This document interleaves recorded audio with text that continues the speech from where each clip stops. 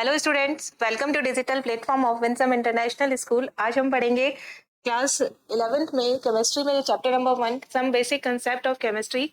इसका next topic percentage composition and empirical formula and molecular formula relationship.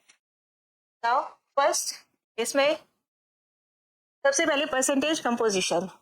Percentage composition में किसी भी चीज का कंपोजिशन फाइंड आउट करने के लिए जैसे आप अपने मार्क्स का कंपोजिशन परसेंटेज फाइंड आउट करते हो तो जितने मार्क्स आते हैं आपके उस सब्जेक्ट में अपॉन जितने टोटल मार्क्स होते हैं इनटू 100। ऐसे ही आपको किसी फॉर्मूले में किसी पर्टिकुलर एलिमेंट का आपको परसेंटेज फाइंड आउट करना हो तो उस एलिमेंट का मास कितना है अपॉन टोटल मास कितना है इनटू 100। यही क्या कहलाता है percentage composition. It is percentage by mass. सबसे बड़ी बात है ये मास से रिलेटेड होता है, नंबर से रिलेटेड नहीं। Of each element in a compound, mass percentage of an element.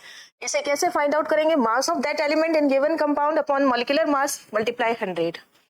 अब मास ऑफ एलिमेंट कैसे फाइंड आउट करते हैं? नंबर ऑफ एटम्स, उस एलिमेंट के कितने नंबर है मल्टीप्लाई उसका एटॉमिक मास कितना है upon molecular mass multiply 100। For example कोई कंपाउंड है AXBY। अगर मैं A का परसेंटेज फाइंड आउट करना चाहती हूँ तो A का नंबर कितना है X, A का एटॉमिक मास, दोनों को मल्टीप्लाई कर देंगे और अपॉन टोटल मॉलिक्यूलर मास आ जाएगा। अगर B का करना चाहती हूँ तो B का नंबर कितना है इंटू B का मास कितना है अपॉन मॉलिक्यूलर मास मल्टीप्लाई 100। दोनों दो ही अगर एलिमेंट है तो दोनों का मास परसेंटेज का एडिशन कितना होगा 100, क्योंकि हम परसेंटेज हमेशा 100 में ही काउंट करते हैं। नेक्स्ट देखिए, calculate percentage composition of glucose. एक क्वेश्चन की हेल्प से हम बताते हैं। जैसे ग्लूकोज का है तो सबसे पहले अगर आपको फॉर्मूला नहीं दे रखा तो आपको फॉर्मूला लिखना पड़ता है glucose C6H12O6। It is formula of glucose. Carbon के कितने एटम्स है यहाँ पर 6, हाइड्रोजन के कितने एटम्स है 12 एंड ऑक्सीजन कितना है 6। तो यानी यहाँ पे आपके 3 परसेंटेज निकलेंगे। परसेंटेज ऑफ कार्बन, तो यहाँ पे क्या करेंगे number of carbon multiply atomic weight of carbon upon molecular weight of glucose multiply 100। Now आपको पहले भी बताया था इससे पहले वाले सेशन में percentage of carbon, number of carbon कितना है 6, एटॉमिक मास कितना है 12, मॉलिक्यूलर वेट कैसे फाइंड आउट करते हैं? सबका एडिशन कर दो 6 into 12, 6 number and atomic mass 12 plus number कितना है 12, एटॉमिक मास कितना 1 प्लस नंबर कितना है 6, एटॉमिक मास ऑफ ऑक्सीजन कितना है 16 मल्टीप्लाई 100। और ग्लूकोज का एटॉमिक वेट वैसे भी आपको ध्यान होना चाहिए 180। अगर आप इसको ऐड करेंगे तो कितना आएगा 180 मल्टीप्लाई 100। नाउ 6, ये कितना हो गया 30, 0 से 0 कैंसिल, ये हो गया 4, तो आंसर कितना आ जाएगा 40%। यानी ग्लूकोज के एक मॉलिक्यूल में कार्बन का परसेंटेज बाय मास कितना हो गया 40%। Now next percentage of hydrogen. Hydrogen हमारे पास कितना है नंबर 12 और एटॉमिक वेट कितना है 1 अपॉन मॉलिक्यूलर वेट कितना है 180 मल्टीप्लाई कितना 100, 0 to 0 कैंसिल, ये 2 ये 3, 6 के टेबल से कर दिया तो 20/3, 20/3 कितना हो जाएगा यहाँ पर 6.66%। Now oxygen, percentage of oxygen, ये कैसे फाइंड आउट करेंगे? देखिए आपके पास कितना नंबर है 6 और 16, इसका क्या है एटॉमिक वेट। नाउ 180 मल्टीप्लाई कितना 100, 0 to 0 कैंसिल, ये कितना हो जाएगा यहाँ पर 8, ये 9, ये 2, ये 3 के टेबल से कैंसिल किया तो मेरे पास आ जाएगा यहाँ पर 160/3। अगर आप इसे सॉल्व करेंगे तो आंसर कितना आ जाएगा 53.33%। और तीनों को आप ऐड करके देखिए 40%, 6.66 एंड 53.33 कितना आ जाएगा टोटल 100 आ जाएगा। तो इस तरीके से हम परसेंटेज कंपोजिशन किसी भी कार्बन कितना है किसी भी मॉलिक्यूल का फाइंड आउट, मॉलिक्यूल में हर एलिमेंट का फाइंड आउट किया जा सकता है। परसेंटेज कंपोजिशन में आपको ये देने की जरूरत नहीं पड़ती कि ये बाय मास है ना। सिंपल अगर इतना ही लिखा हुआ हो कि परसेंटेज कंपोजिशन बताइए तो आपको by mass he find out करना होता है। This is answer. Now next question, an oxide Fe2On of iron contains 70% iron by mass. Calculate value of n. इस फॉर्मूले में आपको n का मान ज्ञात करना है। कैसे करेंगे? एकदम सेम वैसे ही है जैसे आप पिछला क्वेश्चन किया आपने, परसेंटेज ऑफ Fe। इसका फॉर्मूला है क्योंकि Fe का आपको दिया हुआ है परसेंटेज, तो हम परसेंटेज किसका फाइंड आउट करेंगे? Fe का। इसमें क्या होगा? Number of atom of Fe in molecule multiply atomic weight of Fe upon molecular weight किसका? Fe2On multiply 100। ये फॉर्मूला हो जाएगा परसेंटेज ऑफ Fe का। तो आप इसमें Fe का एटॉमिक मास आपको मालूम होना चाहिए। एटॉमिक मास ऑफ Fe कितना होता है? 56। Fe का एटॉमिक मास होता है 56। Now it is atomic mass. ये आपको लर्न होना चाहिए, क्वेश्चन में गिवन हो भी सकता है और नहीं भी, यहाँ पे क्वेश्चन में नहीं दिया हुआ। नाउ परसेंटेज ऑफ Fe की जगह कितना रखेंगे? 70। आपके पास नंबर ऑफ एटम कितना है? 2 और एटॉमिक वेट कितना है? 56। मॉलिक्यूलर वेट कैसे फाइंड आउट करेंगे? 2 into 56 plus n into 16 multiply 100। बस आपको क्या करना है? ओनली n की वैल्यू फाइंड आउट करनी है। सिंपल मैथमेटिक कैलकुलेशन है और आप इसे n की वैल्यू फाइंड आउट कर लोगे। यहाँ पर 70, ये देखिए ये कट हो सकता है ना। यहाँ पर ये जीरो कैंसिल, 7 1 जा 7, 7 8 जा 56, तो ये पूरा यहाँ पर कैंसिल हो गया। तो हम इसको क्रॉस मल्टीप्लाई कर देंगे, मतलब ये वाली चीज यहाँ पे ले आएंगे। तो ये कितना हो जाएगा? 2 into 56 112 plus 16n is equal to 160। 16n is equal to transfer किया, अगर मैं इसको यहाँ पर ट्रांसफर करती हूँ तो 160 माइनस 112 और 160 माइनस 112 कितना हो जाएगा? 8 5 में से बन गया 48। तो 16n is equal to 48, n is equal to 48 divided by 16, n is equal to 3। तो मेरे पास क्या फॉर्मूला आ जाएगा? Fe2O3। Fe कौन सी ऑक्सीडेशन स्टेट में, ऐसा भी पूछा जा सकता है। तो Fe कौन सी ऑक्सीडेशन स्टेट है यहाँ पर? +3। n की वैल्यू कितनी आ गई? 3। मॉलिक्यूलर फॉर्मूला आपके पास क्या हो गया? Fe2O3। अगर आपसे पूछे oxidation state of Fe, oxidation state of Fe कुछ भी पूछा जा सकता है क्वेश्चन में। तो जो यहाँ पर लगा है ये 3, ये कहा जाता है पावर में। ये वाला जो 3 है ये कहाँ चला जाएगा? Fe के पावर में। ये जो 2 है वो कहाँ चला जाएगा? ऑक्सीजन के पावर में। तो आपके पास में क्या आ जाएगा? Fe पर +3 और ऑक्सीजन पर -2। तो Fe कौन सा स्टेट है? +3। इसको क्या बोलते हैं हम? फेरिक। कौन सा फॉर्म हो गया? फेरिक। Fe +2 होता है फेरस और Fe +3 होता है फेरिक। नेक्स्ट क्वेश्चन हमारा क्या है ये देखते हैं। Na2SO4.X H2O has 50% water by mass. Here X is, आपको X की वैल्यू फाइंड आउट करनी है। तो आंसर जैसा कि आपने पहले वाले क्वेश्चंस में किया कि N की वैल्यू कैसे फाइंड आउट की, ऐसे ही यहाँ पर आपको X की वैल्यू फाइंड आउट करनी है। तो परसेंटेज ऑफ वाटर, यानी आपके पास number of molecules of water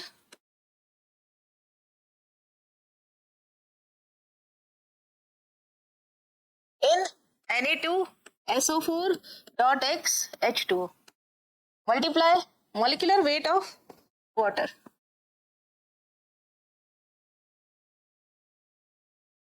Now molecular weight of Na2SO4.X H2O multiply 100 है ना। ये मॉलिक्यूलर वेट आपने लास्ट वाले सेशन में बहुत अच्छे से कैलकुलेट किया था, तो इसे आप आसानी से कैलकुलेट कर सकते हैं। ये यहाँ पे क्वेश्चन में गिवन है कितना? 50। नंबर ऑफ मॉलिक्यूल्स कितने? X। मॉलिक्यूलर वेट कितना होता है? 18। 2 into 1 + 16 अपॉन एटॉमिक वेट। ये मॉलिक्यूलर वेट कितना होगा? Na2SO4 2 into 23, 2 into 23 plus 1 into 32 कितना हो गया 32 plus 4 into 16 64 plus x into 18 क्योंकि मॉलिक्यूलर मास कितना होता है वाटर का 18 मल्टीप्लाई कितना हो गया 100 जो चीज कट होती है उसे काट देते हैं it is 1 and it is 2 cancel हो गया और सॉल्व आउट करते हैं इसे क्रॉस मल्टीप्लाई कर दिया ये कितना हो गया 46 plus 32 plus 64 plus 18x equal to कितना हो गया 36x नाउ अगर आप इन सबको ऐड करें 46 32 और 64 कितना आ जाएगा 1 carry 10 14 142 plus 18x is equal to कितना हो गया 36x 142 is equal to 36x cross multiply cross किया इसको ये डबल इक्वल टू के इस तरफ ले गए तो साइन चेंज हो जाएगा तो 142 इज इक्वल टू कितना हो गया 18x और x इक्वल टू कितना आ गया इसके बाद यहाँ पे x इक्वल टू कितना आ गया 142 अपॉन 18 तो कैंसिल किया इसे 71 यहाँ पर 9 नियर अबाउट 7.9 तो 8 तो आपके पास क्या फॉर्मूला हो गया x की वैल्यू कितनी आ गई आपके पास 8 तो आंसर क्या आ गया आपके पास में फॉर्मूला मॉलिक्यूलर फॉर्मूला क्या हो गया Na2SO4.8H2 x की वैल्यू कितनी आ गई आपके पास 8 ये आपके पास आंसर हो गया इस तरीके से आपको किसी भी फॉर्मूले के अंदर फाइंड आउट करना दिया जाए परसेंटेज कंपोजिशन तो वो बाय मास ही होगा और अगर गिवन भी होगा जैसे 50% H2O बाय मास या पीछे जैसे क्वेश्चंस में दिया हुआ था बाय मास वर्ड तो ये वर्ड बी दी रखा होगा नाउ नेक्स्ट मॉलिक्यूलर फॉर्मूला जो होते हैं या कोई किसी भी चीज का फॉर्मूला होता है वो दो तरीके से रिप्रेजेंट किया जाता है एक होता है एम्पेरिकल फॉर्मूला दूसरा होता है मॉलिक्यूलर फॉर्मूला एम्पेरिकल फॉर्मूला क्या होगा कि एलिमेंट्स जितने भी है उनका सिंपलेस्ट रेशियो कर दो और मॉलिक्यूलर फॉर्मूला क्या होगा एक्चुअल यानी आपको यहाँ पर दो तरीके से फॉर्मूले को रिप्रेजेंट करना है एक होता है इन सिंपलेस्ट रेशियो यहाँ पे एलिमेंट्स जो होगा इन सिंपलेस्ट रेशियो होगा और जब भी सिंपलेस्ट रेशियो के अंदर होगा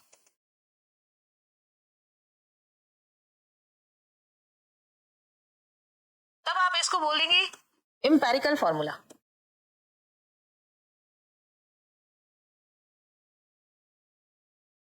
और जब भी एक्चुअल रेशियो के अंदर होगा एलिमेंट्स इन एक्चुअल रेशियो अगर एक्चुअल रेशियो में होगा तब आप इसको क्या बोलेंगे मॉलिक्यूलर फॉर्मूला है ना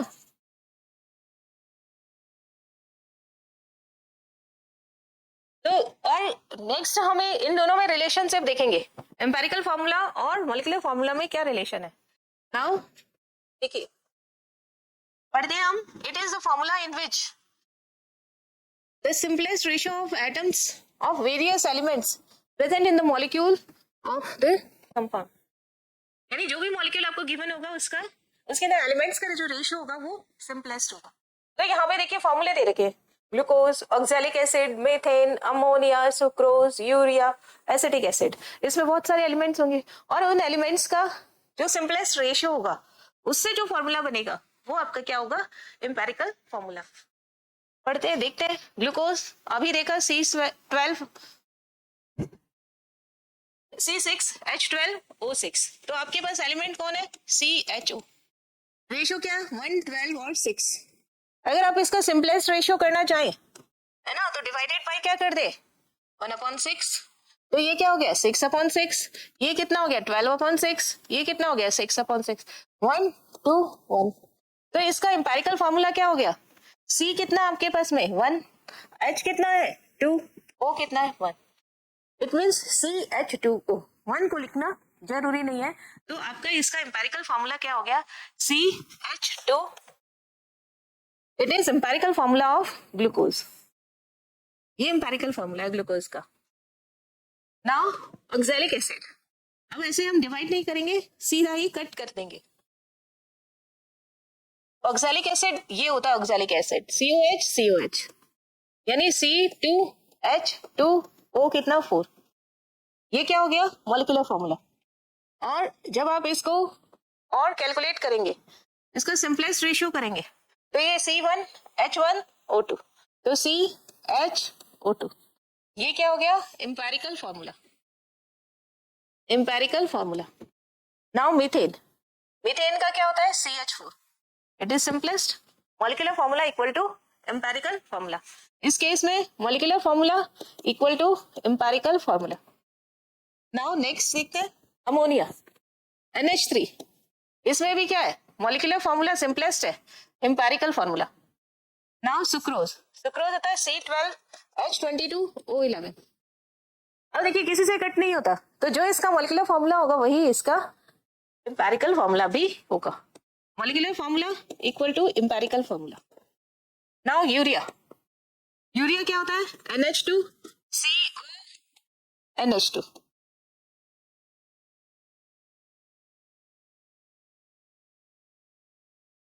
दूसरे पेन से करते हैं NH2CONH2। तो यहाँ पर क्या होगा फॉर्मूला क्या बन गया, N कितना है 2, C कितना है 1, O कितना है 1, H कितना है 4। तो आपके पास CON और H है ना, तो इसको आप कैसे लिख सकते हो, और कोई सिंपलेस्ट हो सकता है क्या इसका, नहीं हो सकता। तो आप इसे थोड़ा सा सही तरीके से अगर लिखे तो CON2H4, यही इसका क्या हो जाएगा एम्पेरिकल फॉर्मूला। नाउ नेक्स्ट देखते हैं एसिटिक एसिड, एसिटिक एसिड होता है CH3COOH। अगर एक साथ इसको लिखा जाए, कंपाइल किया जाए, कार्बन कितना है 2, ऑक्सीजन कितना है, ऑक्सीजन कितना है 2, हाइड्रोजन कितना है 4।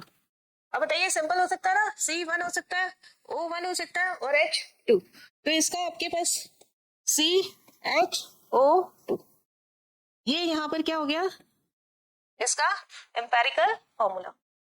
तो इस तरीके से आपने देखा empirical formula molecular formula same भी हो सकता है और डिफरेंट भी हो सकता है। अगर मॉलिक्यूलर फॉर्मूला में ही सिंपलेस्ट रेशियो है तो वही इसका एम्पेरिकल फॉर्मूला होगा, और अदरवाइज आप उसको किसी स्मॉलेस्ट डिजिट से डिवाइड करिए, उसको सिंपलेस्ट रेशियो में कन्वर्ट करिए, उसके बाद जो एलिमेंट्स का रेशियो आएगा वही एलिमेंट्स का जो फॉर्मूला आएगा वही उसका एम्पेरिकल फॉर्मूला होगा। Now molecular formula, it represents the actual number of atoms present in one molecule of compound. It shows a real formula of its one molecule. एक ही मॉलिक्यूल का जो वास्तव में फॉर्मूला होता है वही। अब देखिए बेंजीन, बेंजीन में क्या होता है फॉर्मूला, आप बेंजीन को कैसे लिखते हैं ऐसे, तो इसको क्या बोलते हैं C6H6, ये इसका क्या है मॉलिक्यूलर फॉर्मूला। एक्चुअल इसके पास बेंजीन के पास में एक मॉलिक्यूल में 6 कार्बन होंगे और 6 ही हाइड्रोजन एटम होंगे, इसके अलावा और कुछ नहीं होगा। यूरिया अभी हमने पहले देखा ही है, NH2C+O NH2, नाइट्रोजन कितने हैं इसके पास 2, हाइड्रोजन कितने हैं 4, कार्बन कितना है 1, ऑक्सीजन कितना है 1। तो यही इसका मॉलिक्यूलर फॉर्मूला हो गया है ना। ये तो इसका क्या है स्ट्रक्चरल फॉर्मूला, ये कौन सा होता है स्ट्रक्चरल फॉर्मूला, स्ट्रक्चर है ये इसकी, और ये इसका क्या होता है मॉलिक्यूलर फॉर्मूला। सिमिलरली ये क्या है structural formula, it is molecular formula. अगर मैं इसका मालूम करूं एम्पेरिकल फॉर्मूला तो क्या हो जाएगा CH C1H1, और 1 को लिखने की जरूरत नहीं होती। नाउ अब आप एम्पेरिकल फॉर्मूले से मॉलिक्यूलर फॉर्मूला कैसे फाइंड आउट करेंगे इसके बारे में कुछ स्टेप्स दे रखे। तो सबसे पहले जब भी हमें ऐसा करना पड़े तो आप एम्पेरिकल फॉर्मूला लिखिए, उसका वेट फाइंड आउट कीजिए, मॉलिक्यूलर वेट एम्पेरिकल फॉर्मूले का फाइंड आउट कीजिए, और उसके बाद में मॉलिक्यूलर वेट जो कि एक्चुअल में होता है उससे उसको डिवाइड करिए, जो वैल्यू आएगी वो n की उससे ही आपको मल्टीप्लाई करना होगा।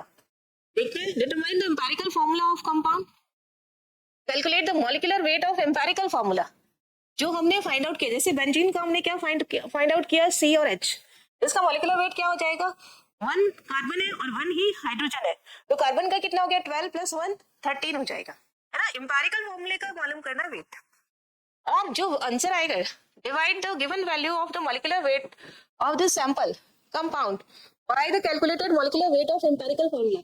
ऐसे ही आप बेंजीन का फाइंड आउट कीजिए C6H6 का, डिवाइड कर दीजिए जो CH एम्पेरिकल फॉर्मूला का वेट है उससे, तो आपके पास एक वैल्यू आ जाएगी दैट इज n.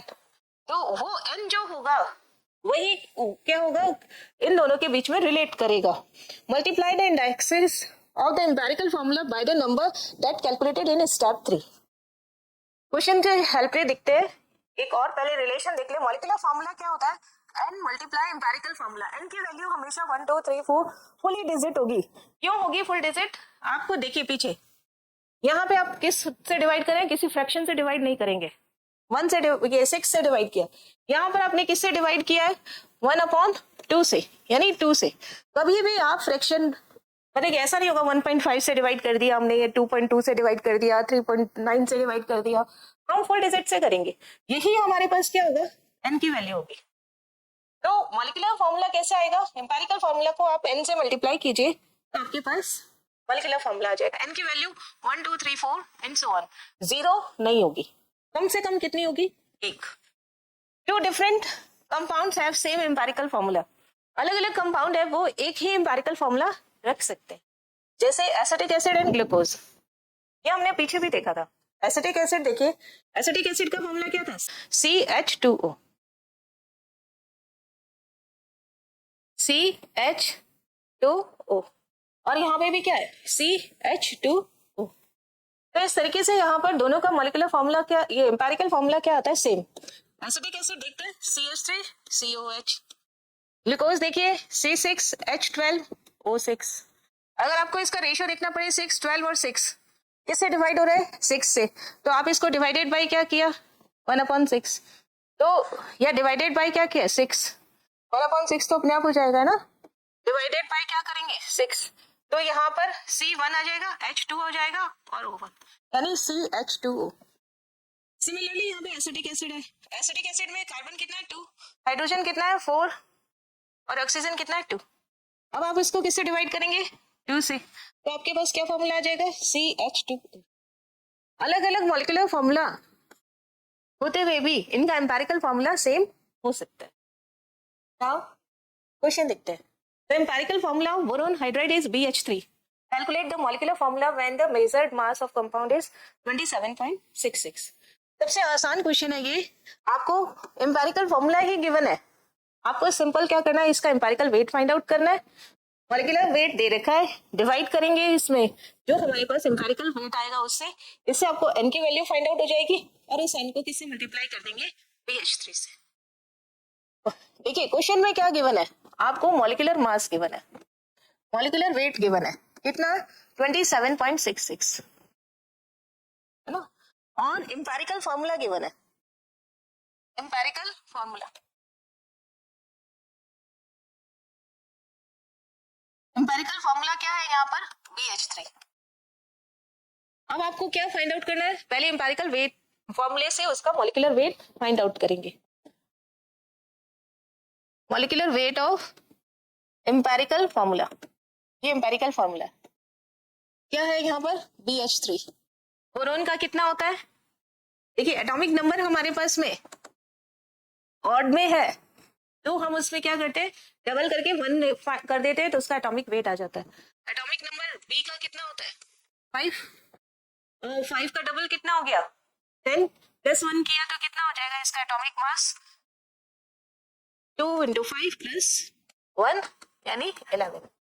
ऑलमोस्ट सबके ऐसा ही. तो आपके पास क्या हो गया 1 × 11 + 1 × 3 × 1. हाइड्रोजन का नंबर कितना है 3 × 1, तो 11 + 3 कितना हो गया 14. और ये क्या हो गया एम्पेरिकल फॉर्मूले का वेट आ गया. और आपको क्या मालूम है मॉलिक्यूलर फॉर्मूला, आपको n की वैल्यू कैसे निकालनी है, मॉलिक्यूलर वेट ऐसे लिख लेते हैं, molecular weight equals to n × empirical formula weight. अब मॉलिक्यूलर वेट क्वेश्चन में गिवन है कितना है 27.66 and multiply 14. n is equal to क्या हो जाएगा, इसको हम डिवाइड में ले जाएंगे 27.66/14. तो 14 टू 28, तो नियर अबाउट कितना आ जाएगा, ये कितना आएगा 1.9, यानी नियर अबाउट 2। तो मॉलिक्यूलर फॉर्मूला क्या होगा, मॉलिक्यूलर फॉर्मूला क्या हो जाएगा इसके पास, n into empirical formula. Empirical formula कितना है BH3, इसको किससे मल्टीप्लाई कर दो 2 से, तो B2H6, ये क्या आ जाएगा आपके पास मॉलिक्यूलर फॉर्मूला। तो इस तरीके से हमें एम्पेरिकल फॉर्मूले का वेट फाइंड आउट करना है, मॉलिक्यूलर फॉर्मूले का या तो गिवन होगा नहीं तो हम फाइंड आउट कर लेंगे। Molecular formula upon empirical formula wait दोनों को डिवाइड करेंगे, आपके पास n की वैल्यू आ जाएगी। आपको इसको फ्रैक्शन में नहीं लेना है क्योंकि n की वैल्यू फुल डिजिट होती है, 1 2 3 4 5 है ना, 0 नहीं होगी, तो आपको उससे मल्टीप्लाई कर देंगे तो आपके पास मॉलिक्यूलर फॉर्मूला आ जाएगा। नाउ नेक्स्ट क्वेश्चन देखते हैं, what is the molecular formula of compound which has an empirical formula of CH2 and a relative molecular mass of 70। Almost same ही है ये।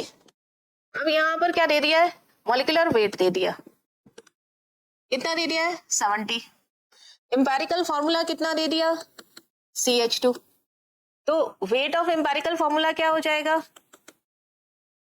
12 प्लस 2 यानी 14। n की वैल्यू क्या, फॉर्मूला निकालिए,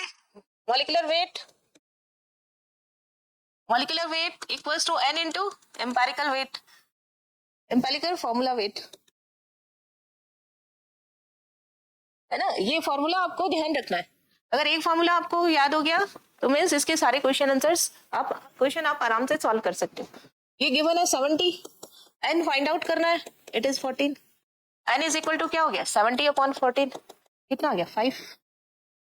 तो मॉलिक्यूलर फॉर्मूला क्या हो गया is equal to n into empirical formula 5 into CH2 means C5H10, ये क्या हो गया मॉलिक्यूलर फॉर्मूला। तो इस तरीके से आप क्वेश्चन को इजीली सॉल्व कर सकते हैं। नाउ आगे देखिए, ये तो यहाँ पर आपको एम्पेरिकल फॉर्मूला गिवन है, अगर क्वेश्चन में एम्पेरिकल फॉर्मूला ही गिवन ना हो, आपको परसेंटेज दे रखी हो बाय मास, जैसा कि आपने इसके इनिशियल सेशन के शुरू में आपने पढ़ा था कि परसेंटेज कंपोजिशन कैसे फाइंड आउट की जाती है। अब ये परसेंटेज कंपोजिशन से आप क्या पहले निकालेंगे एम्पेरिकल फॉर्मूला, इस एम्पेरिकल फॉर्मूले से फिर क्या निकालेंगे मॉलिक्यूलर फॉर्मूला। कैसे करना आपको, परसेंटेज है तो इट मीन्स टोटल कितना होगा 100%। अब आपको टोटल अगर 100 है तो जो उसका परसेंटेज होगा वही क्या हो गया ग्राम में हो जाएगा, उससे आप डिवाइड कर देंगे एटॉमिक वेट से, तो क्या फाइंड आउट हो जाएगा मोल, जो मिनिमम मोल आएगा उसको फिर से सबसे डिवाइड कर दीजिए तो उसके अंदर नंबर ऑफ एटम्स आ जाएंगे, नंबर ऑफ एटम्स से आपके एम्पेरिकल फॉर्मूला आ जाएगा।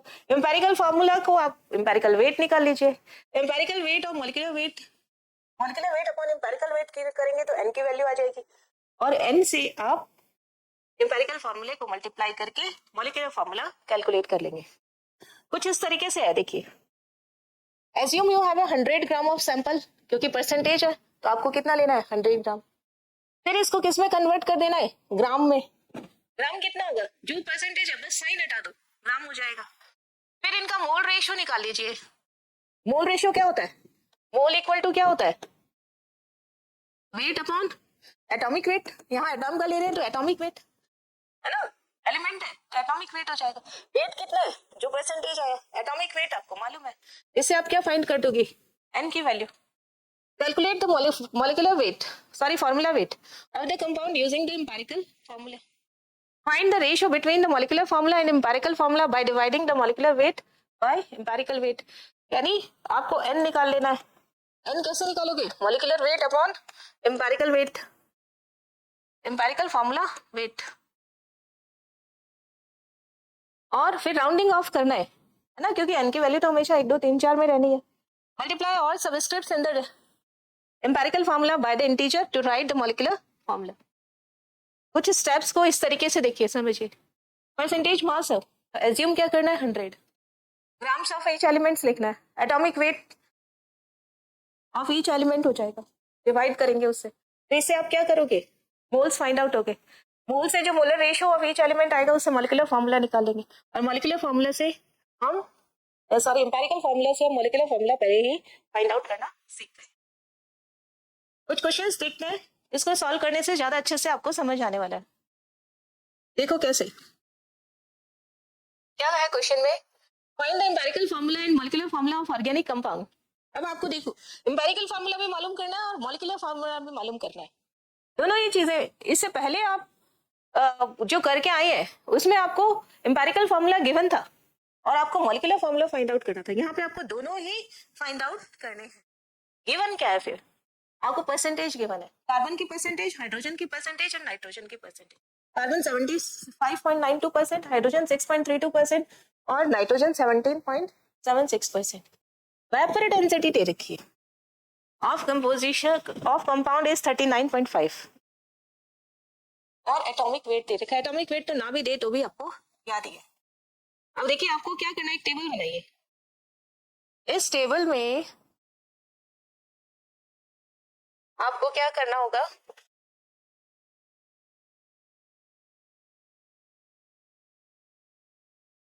सबसे पहले एलिमेंट फाइंड आउट करना है। लिखते हैं आपको क्या क्या चीजें गिवन है, एलिमेंट गिवन है। एलिमेंट यहाँ पर कौन है, कार्बन है, हाइड्रोजन है और नाइट्रोजन है। परसेंटेज है, इट मींस 100 तो है ही है। कॉलम बना लेते हैं इसको फिर से, कार्बन का, हाइड्रोजन का, ये कार्बन के लिए, ये हाइड्रोजन एंड नाइट्रोजन के। नाउ इसका परसेंटेज गिवन है। अब परसेंटेज है तो 75.92 है ना, 6.32 और ये कितना है 17.76। जो क्वेश्चन था उसको हमने समराइज कर दिया। और क्या गिवन है, वेपर डेंसिटी। वेपर डेंसिटी क्यों गिवन है, क्योंकि वेपर डेंसिटी और मॉलिक्यूलर वेट दोनों में रिलेशन होता है। क्या है देखो, अब आपको किस में निकालना है, ग्राम में वेट फाइंड आउट करना है। अब ग्राम में कैसे फाइंड आउट करेंगे, तो आपने अभी बताया मैंने, क्या करना है, परसेंटेज को हटा देना। ये जो परसेंटेज गिवन है इसको हटा दो, तो ये कितना हो गया 75.92 ग्राम, ये कितना हो गया 6.32 ग्राम, ये कितना हो गया 17.76 ग्राम। और इसको किससे, मोल में कन्वर्ट करना है आपको। तो मोल में कन्वर्ट करने के लिए क्या करेंगे, इसको डिवाइड कर देंगे इसके एटॉमिक वेट से। यहाँ पे इनका एटॉमिक वेट लिखते हैं। तो एटॉमिक वेट जो होगा, ये भी गिवन है इन्होंने, ये कितना 12, इसका कितना 1 और इसका कितना 14। ना गिवन हो तो हम इसको कैलकुलेट कर लेंगे, हमें आपको मालूम ही है कि पता है। यहाँ पे आप क्या निकालेंगे, एन यानी मोल। मोल क्या होता है, वेट अपॉन एटॉमिक वेट, है ना। तो ये कितना हो गया 75.92 अपॉन 12, 6.32 अपॉन 1, 17.76 अपॉन 14। तो आपके पास ये कितना आंसर आएगा, अगर आप 12 से इसको डिवाइड करें तो कितना हो जाता है, ठीक है 75.92, 12 6 कितना होता है 72, ये कितना हो गया 3, 9 39, ओ 36, फिर कितना बचा 2, फिर कितना आ जाएगा 6.32, ये कितना आ गया 6.32, ये भी कितना आ गया 6.32, ये कितना आ गया, डिवाइड करें 14, 17.76, 1 4 और 3 37, तो 7 2 जा 48, ज्यादा हो गया 1.1, तो ये कितना आ गया 7 2 जा 28, तो 2, तो ये कितना हो गया 28, 9 96 और 96 को 14 इंटू 4 किया तो ये कितना आ जाएगा 56 और 14 इंटू 14 70 6 2 7 8 84 यानी 1.26, ये कितना आ जाएगा 1.26। अब क्या करना आपको, लीस्ट जो इसमें डिजिट है उसे डिवाइड कर देना। इसमें सबसे लीस्ट कौन है, इसको हटा देते हैं, ये तो कैलकुलेशन सिंपल। अब डिवाइडेड बाय क्या करेंगे, लीस्ट नंबर ऑफ मोल। यहाँ पे सबसे कम कौन है 1.26, तो आपके पास में क्या आ जाएगा 6.32 divided by 1.26, 6.32 divided by 1.26, 1.26 divided by 1.26, इसका आंसर कितना आ गया 1, और इसका आंसर कितना आ गया, अगर आप पॉइंट हटा दें, ये पॉइंट हटा दिया तो कितना आ जाएगा 632 अपॉन 126, 2 12 5 जा 60, नियर अबाउट 5, और ये भी कितना आ जाएगा 5। तो आपके पास में इंपेरिकल फॉर्मूला क्या हो गया, C5H5 एंड N। इससे आपके पास क्या आ गया इंपेरिकल फॉर्मूला, इंपेरिकल फॉर्मूला क्या आ गया C5H5 और N1। अब क्या फाइंड आउट करेंगे आप, empirical weight, weight of empirical formula. कैसे, 5 इंटू 12 प्लस 1, 5 इंटू 1 प्लस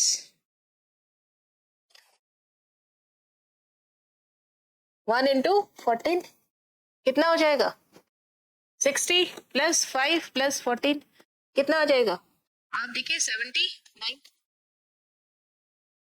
और यहां पर आपको क्या करना है, वेपर डेंसिटी दे रखी है, तो vapour density multiply 2 is equal to molecular formula. Molecular weight क्या होता है 2 इंटू वेपर डेंसिटी, तो 2 इंटू 39.5 कितना हो जाएगा 79। ये दोनों ही फॉर्मूले बहुत इंपॉर्टेंट है, ये चीज जो आई है दोनों ही फॉर्मूले, ये वाला फॉर्मूला बहुत इंपॉर्टेंट है। और एक और जो अभी हम करने वाले हैं, molecular formula is equal to N multiply. अब आपको नेक्स्ट पेज पे ही बताते हैं। अब देखिए क्या आ गया, इंपेरिकल फॉर्मूला वेट आ गया और मॉलिक्यूलर वेट आ गया। आप क्या फाइंड आउट करेंगे, molecular weight multi is equal to N into weight of empirical formula. ये भी 79 है, ये भी 79 है, तो N की वैल्यू क्या हो गया 79 अपॉन 79 यानी 1 आ गया। तो आपके पास क्या आ गया, molecular formula equals to N into empirical formula. Empirical formula कितना था आपके पास C5H5N, तो यहाँ पर क्या हो गया 1 इंटू C5H5N, तो आपके पास मॉलिक्यूलर फॉर्मूला क्या आ जाएगा C5H5। तो ये जो फॉर्मूले हैं, ये मॉलिक्यूलर फॉर्मूला, ये मॉलिक्यूलर वेट के लिए, और पीछे वेपर डेंसिटी का फॉर्मूला, ये सारे बहुत इंपॉर्टेंट है। और देखिए परसेंटेज कंपोजिशन से आपने क्या फाइंड आउट कर लिया, इंपेरिकल फॉर्मूला, इंपेरिकल फॉर्मूले से उसका वेट, फिर क्या फाइंड आउट किया molecular weight. Molecular weight given होगा या क्वेश्चन में वेपर डेंसिटी गिवन होगी, अगर वेपर डेंसिटी आपको गिवन हो तो उसको 2 से मल्टीप्लाई करके मॉलिक्यूलर वेट फाइंड आउट करेंगे, N की वैल्यू फाइंड आउट करेंगे, फिर मल्टीप्लाई करेंगे इंपेरिकल फॉर्मूले से, तो आपको मॉलिक्यूलर फॉर्मूला फाइंड आउट हो जाएगा। इट इज आंसर, ये ही आपका आंसर होगा। नाउ नेक्स्ट क्वेश्चन देखते हैं। A substance containing carbon, hydrogen and oxygen only contains 73.47% carbon and 10.20% hydrogen by mass. Molecular mass given है 98 और molecular formula find out करना है, एकदम सेम वैसे ही है। अब कॉलम्स ध्यान रखना, कितने कॉलम्स सुना है 1 2 3 4 5 6 है ना, और रोज जितने की आपको यहाँ पर एलिमेंट्स गिवन है, तो ये टेबल एलिमेंट परसेंटेज और ग्राम सिंपल लिखना है, उसका एटॉमिक वेट डिवाइड करेंगे,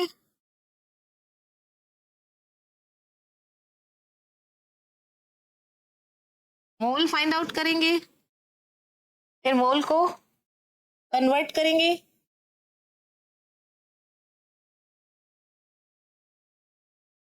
है ना।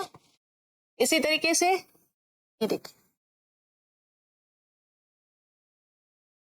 लिख लेते हैं।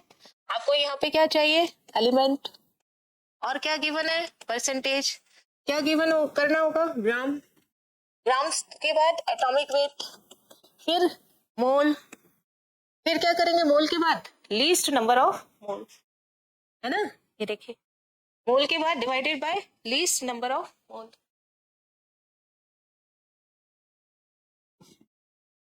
लीस्ट नंबर, और इसके बाद एम्पेरिकल फॉर्मूला। नेक्स्ट देखिए क्या क्या गिवन है आपको यहाँ पर, कार्बन, हाइड्रोजन और ऑक्सीजन, ये तीनों चीजें गिवन है। लाइन डाल लेते हैं यहाँ पर, नेक्स्ट, नाउ कार्बन कितना है आपके पास में 73.47%, ये कितना है 10.20%, अब ये तो गिवन ही नहीं है, तो ये कितना हो जाएगा आपके पास 100 माइनस 100 माइनस आगे 73.47 प्लस 10.20, यानी आपको क्या करना है 73.47 और 10.20 इनको ऐड करना है, कितना हो जाएगा 83.67, और 100 में से इसको माइनस कर देना है, तो आपके पास कितना आ जाएगा 3 3 6 और 1, कितना आ गया 16.33%, कितना आ जाएगा 16.33%। ग्राम कैसे करते हैं, परसेंटेज हटा दो बस, आपका क्या कैलकुलेट हो जाएगा ग्राम, कितना हो गया 73.47, 10.20 और 16.3। एटॉमिक वेट कार्बन का कितना होता है 12, हाइड्रोजन का 1, ऑक्सीजन का 16, डिवाइड करेंगे 73.47 अपॉन 12, 10.20 अपॉन 1, यानी ये तो कितना आ जाएगा 10.20, और 16.33 अपॉन 16 यानी 1.0, अब ये कितना आ जाएगा 6 पॉइंट कुछ आएगा। अब आपको क्या करना होगा, ये इक्वल टू ये कितना आ जाएगा 60 पॉइंट, ये 73 72 114 112 हो गया, और ये कितना आ जाएगा 27 तो 6.12, ये कितना है 10 पॉइंट, और ये कितना है आपके पास में 1.0 और 2, तो सबसे छोटा कौन है लीस्ट कौन है 1.02, तो आपको इसे डिवाइड करना होगा, कलर चेंज कर लेते हैं, 6.12 डिवाइडेड बाय 1.02, तो नियर अबाउट कितना हो जाएगा 6 है ना, और 10.20 डिवाइडेड बाय 1.02, ये भी कितना हो जाएगा 10, और 1.02 अपॉन 1.02 ये भी कितना हो गया 1, तो आपके पास फॉर्मूला क्या बना C6H10, ये एम्पिरिकल फॉर्मूला हो गया, इससे क्या फाइंड आउट करेंगे आप एम्पिरिकल वेट, इससे आपको वेट ऑफ एम्पिरिकल फॉर्मूला कितना हो जाएगा 6 multiply 12 plus 1 multiply 10 plus 1 multiply 16, तो आपके पास क्या हो गया 72 प्लस 10 प्लस 16 कितना हो जाएगा इसमें 98, अब मॉलिक्यूलर फॉर्मूला भी कितना गिवन है, मॉलिक्यूलर वेट भी कितना गिवन है 98 है ना, ये तो क्या हो गया weight of empirical formula, according to question molecular weight कितना है आपके पास में 98, फॉर्मूला क्या है आपके पास molecular weight equal to n multiply weight of empirical formula, ये चीज आपको एकदम ध्यान रहनी चाहिए ये, और इससे आप क्या फाइंड आउट करेंगे 98 n की वैल्यू कितनी होगी 98 डिवाइडेड बाय 98 यानी 1 होने का मतलब ही यही है कि एम्पिरिकल फॉर्मूला और मॉलिक्यूलर फॉर्मूला सेम है। नेक्स्ट इसके बाद क्या आएगा आपके पास में फॉर्मूला क्या है molecular formula is equal to n multiply empirical formula, आपको फाइंड आउट क्या करना है मॉलिक्यूलर फॉर्मूला n कितना है 1, एम्पिरिकल फॉर्मूला कितना आया आपके पास में C6H10O, यानी ये भी कितना हो जाएगा मॉलिक्यूलर फॉर्मूला आ जाएगा। ओके ये देखिए कितना आसान चीज है, आपको क्वेश्चन में कुछ भी वेबर डेंसिटी गिवन हो सकती है, मॉलिक्यूलर वेट गिवन हो सकता है, या मॉलिक्यूलर फॉर्मूला गिवन हो सकता है और आपको n की वैल्यू फाइंड आउट करनी पड़े, अगर मॉलिक्यूलर फॉर्मूला गिवन हो उसका वेट निकालिए, ये वेट आ जाएगा आपके पास में, और एम्पिरिकल फॉर्मूला का वेट आप ऐसे कर ही चुके हैं, तो यहाँ से आप n की वैल्यू फाइंड आउट कर सकते हैं। तो इस तरीके से आपको क्वेश्चन के अंदर कुछ भी चीज इसमें गिवन हो सकती है, तो उसके अकॉर्डिंग ही आप इस आंसर को क्वेश्चन को सॉल्व करेंगे। अगर परसेंटेज गिवन हो तो आप कैसे करेंगे, अगर वेपर डेंसिटी गिवन हो तो मॉलिक्यूलर वेट कैसे कैलकुलेट करेंगे, मॉलिक्यूलर फॉर्मूला गिवन हो तो मॉलिक्यूलर एम्पिरिकल फार्मूला मालूम हो तो मॉलिक्यूलर फार्मूला कैसे गिवन होगा। अगर आपके पास दोनों फार्मूले हैं तो आप n की वैल्यू कैसे फाइंड आउट करोगे, इसको हमने आज के सेशन में पढ़ा। नेक्स्ट सेशन में हम इससे आगे के बारे में पढ़ेंगे और इस वीडियो को बार बार देखिए, आपको ये डाउट्स क्लियर हो जाएंगे। प्रैक्टिस करने से ये चीजें समझ आ जाती हैं और नेक्स्ट सेशन में हम इससे आगे के बारे में बात करेंगे। Thank you so much.